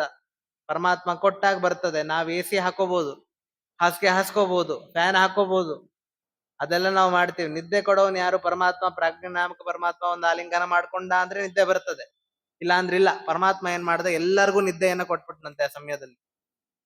ಎಲ್ಲಾ ದೈತ್ಯರು ಏನ್ ಮಾಡ್ತಾ ಇದ್ದಾರೆ? ಜೋರ್ ನಿದ್ದೆಯನ್ನ ಮಾಡ್ತಾ ಇದ್ದಾರೆ. ಯಾರು ಎದ್ದಿದ್ದಾರೆ? ವಸುದೇವ ದೇವಕಿಯರು ಎದ್ದಿದಾರಂತ. ಇದು ಅವಾಗ ಆಗಿದ್ ಕಥೆ ಅಲ್ಲ, ಪ್ರತಿ ವರ್ಷ ಆಗುವಂತಹ ಕಥೆ ಇದು. ಪ್ರತಿ ವರ್ಷ ಯಾರು ಕೃಷ್ಣ ಜನ್ಮಾಷ್ಟಮಿ ದಿನ ಪ್ರತಿನಿತ್ಯದಂತೆ 9:30 ಎಲ್ಲ ಲೈಟ್ ಆಫ್ ಮಾಡಿ ಬೀಗಗಳೆಲ್ಲ ಹಾಕಿ ಹೊತ್ತಿಗೆ ಹೊದ್ಕೊಂಡು ಮಲ್ಕೊಂಡ್ ಬಿಡ್ತಾರೋ, ಪರಮಾತ್ಮ ಬಂದು ಏನ್ ಮಾಡ್ತಾನೆ ಅಂದ್ರೆ, ನೀವು ಕಂಸನ ಕಡೆಯವರು ಅಂತ ಬೋರ್ಡ್ ಕೊಟ್ಬಿಟ್ಟು ಹೊಡೋಗ್ತಾನೆ. ಯಾರು ಎದ್ದಿರ್ತಾರೋ ನೀವು ವಸುದೇವರು. ವಸುದೇವ ಅಂದ್ರೆ ವಸು ಅಂದ್ರೆ ಭೂಮಿ ಅಂತ ಅರ್ಥ, ದೇವ ಅಂದ್ರೆ ಬ್ರಾಹ್ಮಣರು ಅಂತ ಅರ್ಥ. ಭೂಮಿಯಲ್ಲಿ ಭೂಸರರು ಅಂದ್ರೆ ಯಾರು? ಬ್ರಾಹ್ಮಣರು ಅಂತ ಅರ್ಥ. ಬ್ರಾಹ್ಮಣರಾಗಿರ್ತೀರಾ, ಎದ್ದಿರ್ತೀರಾ, ಕೃಷ್ಣನ ಅವತಾರ ಕಾಲದಲ್ಲಿ ನೀವು ಭಕ್ತರು. ಪರಮಾತ್ಮ ಹೇಳ್ತಾನೆ, ಇಡೀ ವರ್ಷದಲ್ಲಿ ಒಂದ್ ದಿವಸ ನಿಮ್ಮನ್ನ ಟೆಸ್ಟ್ ಮಾಡಕ್ ಬರ್ತೀನಿ. ನೀವು ನಿಜವಾದ ಭಕ್ತರಾಗಿದ್ರೆ ಎದ್ದಿರ್ತೀರಿ, ಇಲ್ಲ ಅಂದ್ರೆ ಮಲ್ಕೊಂಡಿರ್ತೀರಿ.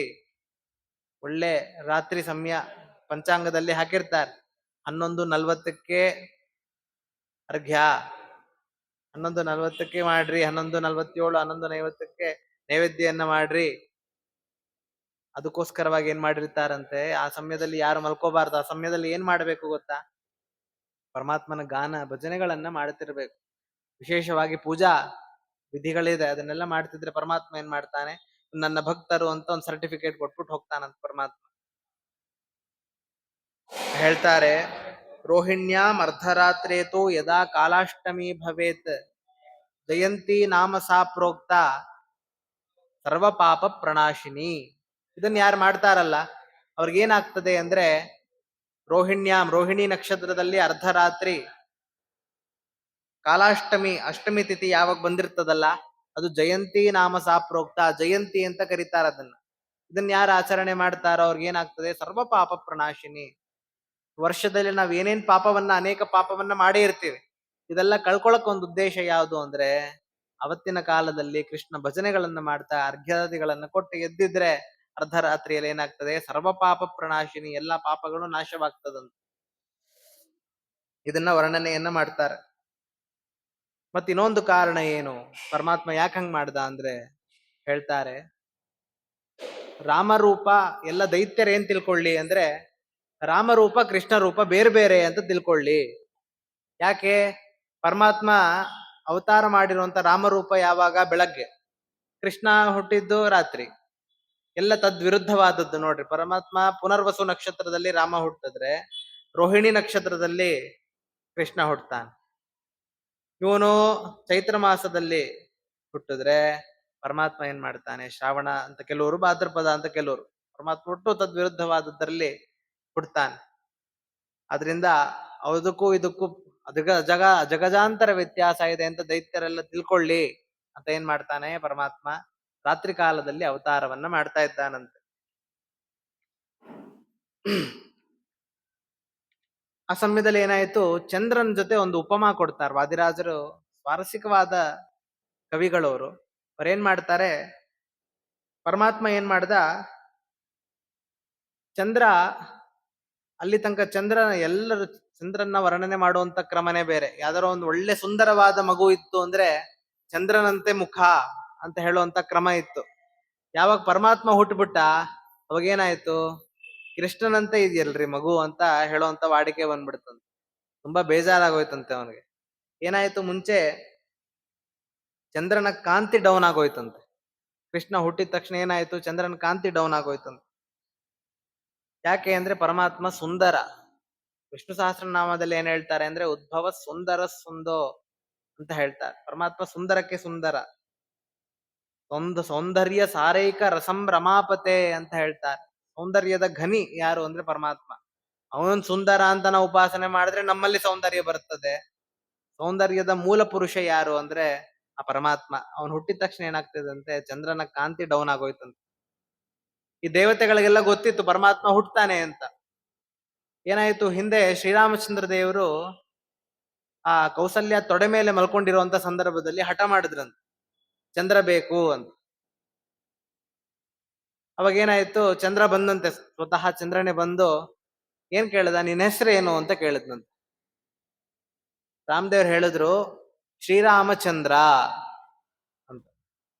ಚಂದ್ರ ಕೇಳ್ದ, ಇದೆಷ್ಟು ಅನ್ಯಾಯ ಇದು, ನೀನ್ ಹುಟ್ಟಿರೋಂಥದ್ದು ಸೂರ್ಯವಂಶದಲ್ಲಿ, ಆದ್ರೆ ಸರ್ನೇಮ್ ಯಾರ್ದು ಇಟ್ಕೋತಾ ಇದೀಯಾ, ಚಂದ್ರ ಅಂತ ನಂದು ಇಟ್ಕೋತಾ ಇದೆಯಾ, ಇದ್ಯಾವ್ದು ಸರಿ? ಏನಂತ ಇಟ್ಕೋಬೇಕಾಗಿತ್ತು, ರಾಮ್ ಸೂರ್ಯ ಅಂತ ಇಟ್ಕೋಬೇಕಾಗಿತ್ತು. ರಾಮಚಂದ್ರ ಅಂತ ಇಟ್ಕೊಂಡಿರೋಂಥದ್ ನ್ಯಾಯನ? ಪರಮಾತ್ಮ ಹೇಳಿದ್ನಂತೆ, ಚಂದ್ರ ನಾನು ಇಟ್ಕೊಂಡಿರೋದು ರಾಮಚಂದ್ರ ಅಂತ ಅದಕ್ಕೋಸ್ಕರ ಅಲ್ಲ, ಮುಂದೆ ನೆಕ್ಸ್ಟ್ ಜನ್ಮ, ನೆಕ್ಸ್ಟ್ ಅವತಾರ ನಂದೇನಿದೆಯಲ್ಲ, ನಿನ್ನ ವಂಶದಲ್ಲಿ ಹುಡ್ತೀನಿ, ಅದಕ್ಕೋಸ್ಕರವಾಗಿ ಏನ್ ಮಾಡ್ತಾ ಇದೀನಿ, ನಾನು ಈಗ್ಲೇ ನನ್ನ ಹೆಸರು ಇಟ್ಕೊಂಡ್ಬಿಟ್ಟಿದ್ದೀನಿ, ಚೇಂಜ್ ಮಾಡ್ಕೊಂಡ್ಬಿಟ್ಟಿದ್ದೀನಿ, ರಾಮಚಂದ್ರ ಅಂತ ಅದಕ್ಕೋಸ್ಕರವಾಗಿ ಇಟ್ಕೊಂಡ್ಬಿಟ್ಟಿದ್ದೀನಿ ಅಂತ ಹೇಳಿದ್ನಂತ ಪರಮಾತ್ಮ. ಚಂದ್ರನಿಗೆ ಖುಷಿ ಆಗೋಯ್ತಂತೆ. ಇದು ಯಾವಾಗ ಗೊತ್ತಾಯ್ತು, ನೆಕ್ಸ್ಟ್ ಪರಮಾತ್ಮ ಅವತಾರ ಮಾಡ್ತಾ ಇದ್ದಾನೆ ಅಂತ ಆ ಪ್ರತಿಪತ್ತೆ ಗೊತ್ತಾಯ್ತಂತ. ಪರಮಾತ್ಮ ಅಷ್ಟಮಿ ಅವತಾರ ಮಾಡಿದ್ದು. ಪರಮಾತ್ಮ ಮುಂಚೆನೆ ಎಲ್ಲ ದೇವತೆಗಳನ್ನೆಲ್ಲ ಮೀಟಿಂಗ್ ಮಾಡಿ ನಾನು ಅವತಾರ ಮಾಡಿ ಬರ್ತಿದ್ದೀನಿ ಅಂತ ಪ್ರತಿಪತ್ತೆ ಗೊತ್ತಾಗೋಯ್ತಂತೆ. ಪ್ರತಿಪತ್ ಗೊತ್ತಾಗಿದ ತಕ್ಷಣ ಚಂದ್ರನ್ ಏನಾಯ್ತು, ಮೆಲ್ಲಿ ಖುಷಿ ಆಯ್ತಂತೆ. ಹಿಂದೆ ಪರಮಾತ್ಮ ಹೇಳಿದ್ದ ಮುಂದಿನ ಅವತಾರದಲ್ಲಿ ನಿನ್ನ ವಂಶದಲ್ಲಿ ಬರ್ತೀನಿ ಅಂತ. ಅದರಿಂದ ಪರಮಾತ್ಮ ಏನ್ ಮಾಡ್ತಾನೆ, ಈ ಅವತಾರದಲ್ಲಿ ನಮ್ಮ ವಂಶದಲ್ಲಿ ಬರ್ತಾನೆ. ಈಗ ನಮ್ ಕೊಡೆಯವರು ಯಾರೋ ಒಬ್ರು ಫಸ್ಟ್ ರ್ಯಾಂಕ್ ತಗೊಂಡ್ಬಿಟ್ಟಿರ್ತಿರೋ ಅಂದ್ರೆ ಪೇಪರ್ ಅಲ್ಲಿ ಬರ್ತದದು. ಅದನ್ನೇನ್ ಕಟ್ ಮಾಡ್ಕೊಂಡು ಎಲ್ಲ ಊರ್ ಜನಕ್ಕೆಲ್ಲ ತೋರ್ಸುವಂತದ್ದೇನು, ಸ್ಟೇಟಸ್ ಹಾಕುವಂತದ್ದೇನು, ಎಲ್ಲರೂ ಒಂದು ಮಾಡ್ತಿರ್ತೀವಿ. ಅಂತದ್ರಲ್ಲಿ ಯಾರು ಇವನು, ಜಗತ್ತಿನ 14 ಲೋಕಕ್ಕೆ ಒಡೆಯ ಪರಮಾತ್ಮ ಅವತಾರ ಮಾಡ್ತಿದ್ದಾನೆ ಅಂದ್ರೆ ಏನ್ ಮಾಡ್ತಾನೆ, ಚಂದ್ರ ತುಂಬಾ ಖುಷಿ ಆಗೋಯ್ತಂತೆ. ಏನ್ ಮಾಡ್ದ, ಆ ಪ್ರತಿಪತ್ತಿಂದ ಮೊದಲನೇ ದಿನಕ್ಕೆ ಬೆಳಿತಾ ಬಂದಂತೆ. ಹುಣ್ಣಿಮೆ ದಿನ ತುಂಬಾ ಖುಷಿಯಾಗಿ ನಿಂತು ಬಿಟ್ಟಂತೆ. ಹುಣ್ಣಿಮೆ ಚಂದ್ರ ಹೆಂಗೆ ಪೂರ್ಣವಾಗಿರ್ತದೋ ಹಂಗೆ, ಯಾರಾದ್ರೂ ನಕ್ಕದಾಗಿ ಮುಖ ದೊಡ್ಡದಾಗ್ತದೆ ಹೆಂಗೋ, ತುಂಬಾ ಖುಷಿಯಾಗಿ ಹುಣ್ಣಿಮೆ ದಿನ ತುಂಬಾ ತುಂಬ್ಕೊಂಡ್ ನಿಂತು ಬಿಟ್ನಂತೆ ಚಂದ್ರ. ಸರಿ, ಯಾವಾಗ ಪರಮಾತ್ಮ ಅವತಾರ ಮಾಡ್ದ ಅವನಿಗೆ ಏನಾಯ್ತು, ದುಃಖ ಆಗೋಯ್ತಂತೆ. ಯಾಕೆ, ಇಷ್ಟ ದಿವಸ ಎಲ್ಲರೂ ನನ್ನನ್ನು ಹೋಳ್ತಾ ಇದ್ರು ಎಂತ ಸುಂದರ ಅಂತ, ಪರಮಾತ್ಮ ಹುಟ್ಟುಬಿಟ್ಟಿದ್ದಾನೆ, ಇಷ್ಟು ಸುಂದರ ನಾನು ಇರ್ಲಿಕ್ ಸಾಧ್ಯನಾ ಅಂತ ಏನ್ ಮಾಡದ್ನಂತೆ, ಕುಗ್ಗಿ ಕುಗ್ಗಿ ಕುಗ್ಗಿ ಅಮಾವಾಸ್ಯೆ ಬರೋ ಅಷ್ಟೊತ್ತಿಗೆ ಮಾಯನೇ ಆಗ್ಬಿಟ್ಟಂತೆ ಚಂದ್ರ. ಈ ರೀತಿಯಾಗಿ ಅದ್ಭುತವಾಗಿ ವರ್ಣನೆಯನ್ನ ಮಾಡ್ತಾ ಇದ್ದಾರೆ. ಅದೇ ಸಂದರ್ಭದಲ್ಲಿ ಏನಾಯ್ತು, ತದೈವ ಗಂಧರ್ವ ಗಣ ಜಗುಸ್ತುಂ ತ್ರಿಲೋಕ್ತಮಾದ್ಯ ನೃತಸ್ತದೈವ. ಎಲ್ಲಾ ಗಂಧರ್ವದರು ಬಂದ್ರಂತೆ. ವಾದಿರಾಜರು ಇದೆಲ್ಲ ಆಯ್ತು, ಒಳ್ಳೆ ರೂಪ ತಗೊಂಡ್ ಪರಮಾತ್ಮ ಬಂದ, ವಸುದೇವ ಮುದ್ದಿಸ್ತಾ ಇದ್ದಾನೆ. ಆ ಸಂದರ್ಭದಲ್ಲಿ ಎಲ್ಲೋ ಯಾರೋ ಹಾಡು ಹೇಳ್ತಾ ಇರೋ ತರ ಕೇಳಿಸ್ತಂತ. ವಾದಿರಾಜರು ಕೇಳ್ತಾರೆ, ಈಗ ಏನಪ್ಪ ಅರ್ಜೆಂಟ್ ಇತ್ತು ನಿಮಗೆ, ಪರಮಾತ್ಮ ಈಗ ತಾನು ಅವತಾರ ಮಾಡಿದಾನೆ, ರಾತ್ರಿ ಕಾಲ ಎಲ್ಲರೂ ಮಲ್ಕೊಂಡಿದ್ದಾರೆ ದೈತ್ಯರು, ಈಗೇನ್ ಅರ್ಜೆಂಟ್ ಇತ್ತು ನಿಮ್ಗೆ? ಅವಾಗ ಗಂಧರ್ವರಷ್ಟೇ ಅಲ್ಲ, ಜೊತೆಗೆ ಅಪ್ಸರಾಸ್ತ್ರೀಯರೆಲ್ಲ ಬಂದ್ಬಿಟ್ಟಿದಾರಂತ. ಅಪ್ಸರಾಸ್ತ್ರೀಯರೆಲ್ಲ ಬಂದು ನರ್ತನವನ್ನ ಮಾಡ್ತಾ ಇದ್ದಾರೆ. ಹೇಳಿದನಂತೆ ಗಂಧರ್ವರು, ನಾವ್ ಯಾತಕ್ಕೋಸ್ಕರ ಬಂದ್ವಿ ಗೊತ್ತಾ, ಈಗ ನಾವು ಏನು ಗಾನವನ್ನ ಮಾಡ್ತೀವಿ ಮಾಡ್ದಂಗೆ ಆಮೇಲೆ ನಮ್ಗೆ ಅವಕಾಶವೇ ಸಿಗೋದಿಲ್ಲ. ಯಾಕೆಂದ್ರೆ ಪರಮಾತ್ಮ ಗಾನ ಮಾಡ್ತಿದ್ರೆ ನಮ್ ಗಾನ ಎಲ್ರಿ ಸೇಲ್ ಆಗ್ತದೆ? ಹ ಯಾರೋ ಒಬ್ರು ಒಳ್ಳೆ ಆಚಾರ ಅವ್ರು ಬಂದ್ಬಿಟ್ರು ಅಂದ್ರೆ ಬೇರೆ ಆಚಾರ ಎಲ್ಲ ಹೊಟ್ಟೋಗ್ತಾರೆ ಹೆಂಗೋ. ಒಳ್ಳೆ ಪರಮಾತ್ಮ ಬಂದು ಗಾನ ಮಾಡ್ದ ಅಂದ್ರೆ ನಮ್ಮ ಹಾಡುಗಳನ್ನೆಲ್ಲ ಯಾರೇ ಕೇಳ್ತಾರೆ? ಪರಮಾತ್ಮ ಬಂದು ನರ್ತನ ಮಾಡ್ತಾ ಇದ್ದಾನೆ ಅಂದ್ರೆ ಮುಂದೆ ಪರಮಾತ್ಮ ಕಾಳಿಂಗ ಮರ್ದನವನ್ನ ಸಮಯದಲ್ಲಿ ಒಳ್ಳೆ ನರ್ತನವನ್ನ ಮಾಡ್ತಾನೆ. ಆ ನರ್ತನ ಮಾಡೋ ಸಂದರ್ಭದಲ್ಲಿ ಅಪ್ಸರಾಸ್ತ್ರೀಯರು ಹೇಳ್ತಾರೆ ನಮ್ ನರ್ತನವನ್ನ ಯಾರು ನೋಡ್ತಾರೆ, ಅದಕ್ಕೆ ನಾವ್ ಈಗ್ಲೇ ಮಾಡ್ಬಿಡ್ತಾ ಇದೀವಿ ಅಂತ ಹೇಳ್ತಾರಂತ. ಇದು ಒಂದ್ ಅರ್ಥ ಆದ್ರೆ ಇನ್ನೊಂದ್ ಕಾರಣ ಇದೆ ನಾವ್ ಈಗ್ಲೇ ಮಾಡ್ತಾ ಇರೋದಕ್ಕೆ. ಏನು ಅಂದ್ರೆ ಪರಮಾತ್ಮ ಯಾವ ರೂಪವನ್ನ ತಗೊಂಡ್ ಬಂದಿದ್ದಾನೆ? ಬಾಲ ರೂಪವನ್ನ ತಗೊಂಡ್ ಬಂದಿದ್ದಾನ. ಬಾಲ ರೂಪವನ್ನ ತಗೊಂಡಾಗ ಮಕ್ಕಳನ್ನ ಬೇಗ ವಶೀಕರಣ ಮಾಡ್ಕೋಬಹುದು ನಾವು. ಸುಮ್ನೆ ನೀವೊಂದ್ ಗಿಲ್ಕಿ ತೋರಿಸ್ಬಿಟ್ರಿ ಮಕ್ಳು ಬಂದ್ಬಿಡ್ತಾವ್ ನಿಮ್ ಹತ್ರ. ಒಂದ್ ಸ್ವಲ್ಪ ದೊಡ್ಡ ಆಯ್ತಾ, ಒಂದ್ ಚಾಕ್ಲೇಟ್ ಏನೋ ಒಂದು ಸಿಹಿ ತಿನ್ಸೋ ಅದನ್ನ ತೋರ್ಸ್ಬಿಟ್ರೆ ಬಂದ್ಬಿಡ್ತದ ಮಗು. ಅದೇ 20 ವರ್ಷ ಆದ್ಮೇಲೆ ನೀವು ಗಿಲ್ಕಿ ತೋರ್ಸಿದ್ರೆ ಬರ್ತಾರಾ?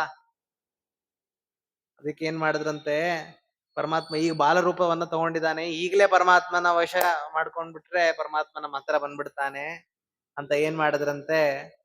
ಎಲ್ಲಾ ಈಗ ಪರಮಾತ್ಮ ಅವತಾರ ಮಾಡಿದ ತಕ್ಷಣ ಎಲ್ಲ ಗಾನ ನರ್ತನಗಳನ್ನ ಮಾಡ್ಲಿಕ್ಕೆ ಶುರು ಮಾಡಿಬಿಟ್ರಂತೆ.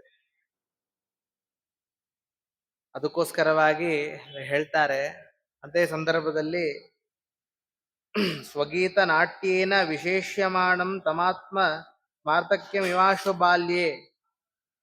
ಎಲ್ಲಾ ದಿಕ್ಕಭಿಮಾನಿ ದೇವತೆಗಳೆಲ್ಲ ಆ ಸಂದರ್ಭದಲ್ಲಿ ವಿಶೇಷವಾಗಿ ಖುಷಿ ಪಟ್ಟುವಂತೆ. ಯಾಕೆ ಅಂದ್ರೆ ಪರಮಾತ್ಮನ ಕೀರ್ತಿ ಎಲ್ಲಾ ದಿಕ್ಕುಗಳಲ್ಲಿ ಹರಡತ್ತಲ್ಲ. ದಿಕ್ಕು ಖುಷಿ ಪಡ್ತು ಅಂದ್ರೆ ದಿಕ್ಕಲ್ಲ, ದಿಕ್ಕಭಿಮಾನಿ ದೇವತಾ ಅಂತ ನಾವು ಸಂಧ್ಯಾ ವಂದನೆ ಮಾಡ್ಬೇಕಾದ್ರೆ ಹೇಳ್ತೀವಿ. ನಮಃ ಪ್ರಾಚ್ಯೆ ದಿಶೆ ಯಾಶ್ಚ ದೇವತಾ ಏತಸ್ಯಾಂ ಪ್ರತಿವಸಂತಿ ಏತಾಭ್ಯಶ್ಚ ನಮೋ ನಮಃ. ದಿಕ್ ಅಂದ್ರೆ ದಿಕ್ಕಭಿಮಾನಿ ದೇವತೆಗಳು ಅಂತ ಅರ್ಥ. ಎಲ್ಲರೂ ಖುಷಿ ಪಟ್ಬಿಟ್ರಂತೆ. ಯಾಕೆಂದ್ರೆ ಪರಮಾತ್ಮನ ಕೀರ್ತಿ ಇದೆಯಲ್ಲ, ಎಲ್ಲಾ ದಿಕ್ಕುಗಳೆಲ್ಲ ಹರಡಿದಾಗ ಏನಾಗ್ತದೆ, ನಮಗೂ ಖುಷಿ ಆಗ್ತದೆ. ಈ ಇದು ಪೂರ್ವ ದಿಕ್ಕಲ್ಲಿ ಪರಮಾತ್ಮನ ಹಿಂಗೆಲ್ಲ ಆಟ ಆಡ್ದ, ಪಶ್ಚಿಮ ದಿಕ್ಕಲ್ಲಿ ಹಿಂಗೆಲ್ಲ ಆಟ ಆಡ್ದ, ಇಲ್ಲಿ ಬಂದಿದ್ದ, ಎಲ್ಲಾ ದಿಕ್ಕಲ್ಲಿ ಪರಮಾತ್ಮನ ಕೀರ್ತಿ ಹರಡತ್ತ. ಆದ್ರಿಂದ ಎಲ್ಲಾ ದಿಕ್ಕುಗಳಿಗೆ ಖುಷಿ ಆಯ್ತಂತ. ಭೂದೇವಿ ಏನ್ ಮಾಡ್ಬಿಟ್ಲಂತೆ, ಒಳ್ಳೆ ಚಿಕ್ಕ ಚಿಕ್ಕ ಕಣಗಳನ್ನ ಹಾಸಿಗೆ ಹೆಂಗಿವಾಗ ನಾವು ಫೀಲ್ಡ್ ಅಲ್ಲಿ ನೋಡ್ತೀವಲ್ಲ ಗ್ರೀನಿಶ್ ಆಗಿ ಇರ್ತದೆ, ಎಲ್ಲಾ ಕಡೆ ಚಿಕ್ಕ ಚಿಕ್ಕ ಪೈರ್ ಬರಕ್ ಶುರು ಆಯ್ತಂತೆ. ಯಾಕೆ ಅಂದ್ರೆ ಒಳ್ಳೆ ಹಸಿರು ಸೀರೆಯನ್ನ ಉಟ್ಕೊಂಡಿದ್ದಾಳಂತೆ ಭೂದೇವಿ. ಪರಮಾತ್ಮ ಅವತಾರ ಮಾಡ್ತಾ ಇದ್ದಾನೆ, ತನ್ನ ಧ್ವಜವಜ್ರಾಂಕುಶ ಪದ್ಮ ಚಿಹ್ನವತ್, ತನ್ನ ವಜ್ರ ಧ್ವಜ ಉಳ್ಳಂತಹ ಪಾದವನ್ನ ನನ್ನ ಮೆಡ್ತಾನೆ, ಖುಷಿ ಆಗ್ತದಂತೆ. ನಾವು ಮೆಡ್ತೀವಿ. ಅವಳು ಅಳ್ತಾಳೆ, ಓ ಬೆಳಗ್ಗೆ ಆಯ್ತು ಎಲ್ಲರೂ ನನ್ನ ಭೂಮಿಯನ್ನ ತುಳಿತಾರಲ್ಲಪ್ಪ, ಏನ್ ಸಾರ್ಥಕ ಮಾಡ್ಕೋತಾ ಇದಾರೆ ಇವ್ರ ಜೀವನ, ಎಲ್ಲ ವ್ಯರ್ಥವನ್ನ ಮಾಡ್ಕೋತಾ ಇದಾರೆ. ನಾವು ತುಳಿದ್ರೆ ಅಳ್ತಾಳಂತವಳು. ಸರಿ ಏನೋ ತುಳಿಲಿ, ಅಟ್ಲೀಸ್ಟ್ ದಿನದಲ್ಲಿ 1 ಗಂಟೆಗಳಾದ್ರೂ ಪರಮಾತ್ಮನ ಸ್ಮರಣೆ ಮಾಡಿದ್ರೆ, ಪೂಜೆ ಮಾಡಿದ್ರೆ ಒಂದು ಸಾರ್ಥಕತೆ. ನೀವು ನೋಡ್ಬೇಕು ಕೆಲವ್ರ ಜೀವನ ಅಂತ ಹೆಂಗಾಗ್ಬಿಟ್ಟಿರತ್ತೆ ಗೊತ್ತಾ? ಬೆಳಗ್ಗೆ ಎದ್ದೇಳ್ತಾರೆ, ಏನೋ ಸ್ವಲ್ಪ ನೀರ್ ಹಾಕೋತಾರೆ, ಕ್ಯಾರಿಯರ್ ಕಟ್ಕೋತಾರೆ, ಆಫೀಸ್ಗೆ ಹೋಗ್ತಾರೆ, ಮತ್ತೆ ರಾತ್ರಿ 10:30 ಬರ್ತಾರೆ, ಎಲ್ಲ ಮತ್ತೆ ಊಟ ಮಾಡ್ತಾರೆ, ಏನೋ ಸ್ವಲ್ಪ ನ್ಯೂಸ್ ಚಾನೆಲ್ ನೋಡ್ತಾರೆ, ಹಂಗೇ ಮಲ್ಕೊಂಡ್ಬಿಡ್ತಾರೆ. ಸ್ವಲ್ಪ ಯೋಚನೆ ಮಾಡ್ಬೇಕು, ಯಾತಕ್ಕೋಸ್ಕರವಾಗಿ ಬಂದಿರೋಂಥದ್ದು ಏನು, ನಮ್ಮ ಸಾಧನೆ ಇಲ್ಲಿ ಇಷ್ಟು ದಿನ ಆಯ್ತಪ್ಪ, ಮುಂದೆ ಜೀವನ ಏನು, ಮುಂದೆ ಪ್ರಶ್ನೆಗೆ ಉತ್ತರ ಎಲ್ಲಿಂದ ಇದೆ? ಯಮಧರ್ಮರಾಜರು ಏನ್ ಸಾಧನೆ ಮಾಡಿ ಬಂದೆ ಅಂತ ನೀನ್ ಪ್ರಶ್ನೆ ಕೇಳಿದ್ರೆ ಉತ್ತರ ಇದೆಯಾ ನಿನ್ನ ಹತ್ರ? ಏನು ಉತ್ತರ ಇಲ್ಲ. ಕಾಲ ಹಂಗೆ ಹರಣ ಆಗ್ತಾ ಇರ್ತದೆ. ದಿನಕ್ಕೆ 1 ಗಂಟೆ ಆದ್ರೂ ನಾವೇನಾದ್ರೂ ಸಾಧನೆ ಮಾಡಿದ್ರೆ ಏನಾಗ್ತದೆ, ಏನೋ ಒಂದು ಶ್ರವಣ ಮಾಡಿದ್ರೆ, ಏನೋ ಒಂದು ಮಾಡಿದ್ರೆ ಖುಷಿ ಪಡ್ತಾಳ ಭೂಮಿದೇವಿ. ಆಯ್ತು ಏನೋ ಮಾಡ್ತಾ ಇದೆಯಲ್ಲ, ನನ್ ಗಂಡನ ಹೆಸರಲ್ಲಿ ಏನೋ ಒಂದ್ ಸ್ವಲ್ಪ ಸಮಯ ಆದ್ರೂ ಇಟ್ಟಿದ್ಯಲ್ಲ, ತುಳಿದ್ಯಾ, ಪರವಾಗಿಲ್ಲ. ಅದಕ್ಕೋಸ್ಕರ ನಾವು ಎದ್ದೇಳ್ತಾ ಏನಂತ ಹೇಳ್ಬೇಕು, ಸಮುದ್ರ ವಸನೆ ದೇವಿ ಪರ್ವತಸ್ಥನ ಮಂಡಿತೆ ವಿಷ್ಣು ಪತ್ನಿ ನಮಸ್ತುಭ್ಯಂ ಪಾದಸ್ಪರ್ಶಂ ಕ್ಷಮಸ್ವಮೆ ಅಂತ ಹೇಳ್ಬೇಕು. ಎದ್ದೇಳ್ತಾ ನಾವು ಮೊದಲು ಮಾಡುವಂತ ಕೆಲಸ ಏನು ಅಂದ್ರೆ, ಆ ಭೂಮಿದೇವಿ ಏನಿದಾಳಲ್ಲ ಅವಳಿಗೆ ನಮಸ್ಕಾರ ಮಾಡಿ, ಅಮ್ಮ ಅನಿವಾರ್ಯ ನನಗೆ, ನಾನು ಕಾಲಿಡ್ಲೇಬೇಕು, ಕ್ಷಮಾ ಮಾಡು. ಅಕಸ್ಮಾತ್ ನಾನು ಕಾಲಿಡ್ಲಿಲ್ಲ ಅನ್ಕೋ, ಕಾಲಿಡುವಂತ ಪ್ರಸಂಗ ಬಂದಿಲ್ಲ ಅಂದ್ರೆ 4 ಜನ ಚಟ್ಟದಲ್ಲಿ ಕರ್ಕೊಂಡು ಹೊರಟೋಗ್ತಾರೆ. ಅವಾಗ ನನ್ನ ಕತೆ ಏನು, ರಾಮ್ ನಾಮ್ ಸತ್ಯ ಹೇ, ಅದರಿಂದ ನಾ ಅನಿವಾರ್ಯವಾಗಿ ಕಾಲಿಡ್ಲೇಬೇಕು, ನಿನ್ ಕ್ಷಮಾ ಮಾಡು ಅಂತ ನಾವು ಕೇಳ್ಕೊಂಡು ಪ್ರಾರ್ಥನೆಯನ್ನ ಮಾಡಿ ಭೂಮಿಗೆ ಕಾಲನ್ನ ಇಡ್ಬೇಕಂತ. ಅಂತ ಸಂದರ್ಭದಲ್ಲಿ ಹೇಳ್ತಾರೆ, ತುಂಬಾ ಖುಷಿ ಪಟ್ಬಿಟ್ಲಂತೆ ಭೂಮಿದೇವಿ. ಪರಮಾತ್ಮ ನಾಳೆಯಿಂದ ನನ್ಗೆ ಆಟ ಆಡ್ತಾನೆ. ಕೆಲವರು ಬೆಳಗಾಗೆದ್ದು ಯಾತಕ್ಕೋಸ್ಕರ ಬೆಳಗ್ಗೆ ಆಯ್ತು ಅಂತ ಕೊರಗ್ತಾ ಇರ್ತಾರೆ. ಭೂಮಿದೇವಿ ಯಾವಾಗ ಬೆಳಗ್ಗೆ ಆಗ್ತದೆ, ಯಾವಾಗ ಪರಮಾತ್ಮ ಕಾಲಿಡ್ತಾನೆ ಅಂತ ಕಾಯ್ತಿರ್ತಾಳೆ. ನಮ್ ಕತೆ ಏನು ಅಂದ್ರೆ ಬೆಳಗ್ಗೆ ಯಾಕಾಯ್ತಪ್ಪ ಅಂತ ಅನ್ಸ್ತಾ ಇರುತ್ತೆ. ಬೆಳಗಾಯ್ತು ಮತ್ತೆ ಅದೇ ಪೂಜೆ ಮಾಡು, ಸ್ನಾನ ಮಾಡು, ಸಂಧ್ಯಾ ವಂದನೆ ಮಾಡು, ಅದೇ ಮಾಡು, ಅದೇ ನಿಯಮಗಳು, ಬದ್ಧಗಳು, ಸಂಸಾರ ಬಂಧನಗಳು ಅಂತ ನಾವು ದುಃಖವನ್ನ ಪಡ್ತಿರ್ತೀವಿ. ಇದು ತಪ್ಪು ಅಂತ ಹೇಳ್ತಾರೆ. ಹೆಂಗ್ ಮಾಡ್ಬೇಕು ಅಂದ್ರೆ ಉತ್ಸಾಹದಿಂದ ಬೆಳಗಾಗಿ ಎದ್ದಿದೀವಾ, ಒಳ್ಳೆ ಅವಕಾಶ ಸಿಕ್ತು, ಪರಮಾತ್ಮ ಸಾಲಿಗ್ರಾಮಗಳಿಗೆ ಪೂಜೆ ಮಾಡುವಂತ ಅವಕಾಶ ಇದೆ, ಶ್ರವಣ ಮಾಡ್ಲಿಕ್ಕೆ ಅವಕಾಶ ಇದೆ, ಒಳ್ಳೆ ಪರಮಾತ್ಮನ ನೈವೇದ್ಯವಾದ ಪ್ರಸಾದವನ್ನು ಸ್ವೀಕಾರ ಮಾಡ್ಲಿಕ್ಕೆ ಆಗ್ತದೆ, ಎಷ್ಟು ಮಾಡ್ಲಿಕ್ಕೆ ಆಗ್ತದೆ, ಈ ರೀತಿ ಅನುಸಂಧಾನ ಮಾಡಿ ವ್ರತ ಅನುಷ್ಠಾನಗಳನ್ನೆಲ್ಲ ಖುಷಿಯಿಂದ ಮಾಡ್ಬೇಕಂತ. ಚಾತುರ್ಮಾಸ್ಯ ಮಾಡ್ತೀವಿ, ಯಾಕಾದ್ರೂ ಮಾಡ್ತೀವೋ ಅಂತ ಅನ್ಸ್ಬಿಟ್ಟಿರತ್ತೆ. ನಮ್ಮ ಕರ್ಮಕ್ಕೆ ಏನಾಗ್ಬಿಟ್ಟಿರತ್ತೆ ಗೊತ್ತಾ, ಚಾತುರ್ಮಾಸ್ಯ ಸಮಯದಲ್ಲೇ ಎಲ್ಲಾ ತರಕಾರಿಗಳ ರೇಟ್ ಕಡಿಮೆ ಆಗ್ಬಿಟ್ಟಿರತ್ತೆ. ಚಾತುರ್ಮಾಸ್ಯ ಮುಗಿಲಿ, ಧಾತ್ರಿ ಹವನ ಬರ್ಲಿ, ಬೀನ್ಸ್ 20 ರೂಪಾಯಿಗೆ ಹೋಗಿರೋಂಥದ್ದು 70 ರೂಪಾಯಿಗೆ ಹೊಟ್ಟೋಗಿರತ್ತೆ, 80 ರೂಪಾಯಿಗೆ ಹೊಟ್ಟೋಗಿರತ್ತೆ. ಹೇಳ್ತಾರೆ, ಯಾವಾಗ ಕಡಿಮೆ ಇದೆಯೋ ಅವಾಗ ವ್ರತ ಮಾಡ್ಬಿಡ್ತೀವಿ, ಯಾವಾಗ ಜಾಸ್ತಿ ಇದೆಯೋ ಅವಾಗ ವ್ರತ ಮಾಡ್ಬಿಡ್ತೀವಿ, ಯಾವಾಗ ಕಡಿಮೆ ಇದೆಯೋ ಅವಾಗ ವ್ರತ ಮಾಡ್ಬಿಡ್ತೀವಿ ಅಂತ ಹೇಳ್ತಾರೆ. ಇದೆಲ್ಲ ಅಲ್ಲ. ಆ ಸಮಯದಲ್ಲಿ ತಾಮಸ ಬುದ್ಧಿಯನ್ನು ಇಟ್ಟಿರ್ತಾರ ಆ ಪದಾರ್ಥಗಳಲ್ಲಿ. ಆ ಸಮಯೋಚಿತವಾದಂತಹ ಕೆಲಸಗಳನ್ನ ಅದೇ ಸಮಯದಲ್ಲಿ ಮಾಡ್ಬೇಕು, ಅವಾಗ್ಲೇ ಫಲ. ಇದನ್ನೆಲ್ಲ ಶಾಸ್ತ್ರದಲ್ಲಿ ವರ್ಣನೆ ಮಾಡ್ತಾರೆ. ಭೂಮಿದೇವಿ ಖುಷಿ ಪಟ್ಬಿಟ್ಲಂತೆ. ಆ ಸಮಯದಲ್ಲಿ ಎಲ್ಲಾ ದೇವತೆಗಳು ಪುಷ್ಪವೃಷ್ಟಿಯನ್ನ ಮಾಡ್ತಾ ಇದ್ದಾರಂತೆ ಪರಮಾತ್ಮನ ಮೇಲೆ. ಏನ್ ಮಾಡ್ತಾ ಇದ್ದಾನೆ, ತದನಂತರ ಆ ವಸುದೇವ ನನಗೆ ಪರಮಾತ್ಮ ಅನೇಕ ವಿಚಾರಗಳನ್ನ ತಿಳಿಸ್ತಾನಂತೆ, ಆಜ್ಞೆಯನ್ನ ಮಾಡ್ತಾ ಇದ್ದಾನೆ. ಏನು ನಿನ್ನ ಮುಂದಿನ ಕಾರ್ಯಗಳೇನು, ಮುಂದಿನ ಕ್ರಮ ಏನು ಅಂತ, ಅದೇನು ಎಂಬುದನ್ನ ನಾಳಿನ ದಿನ ತಿಳಿಸೋಣ ಅಂತ ಹೇಳ್ತಾ ಶ್ರೀ ಕೃಷ್ಣಾರ್ಪಣಮಸ್ತು. ಹರೇ ನಮಃ.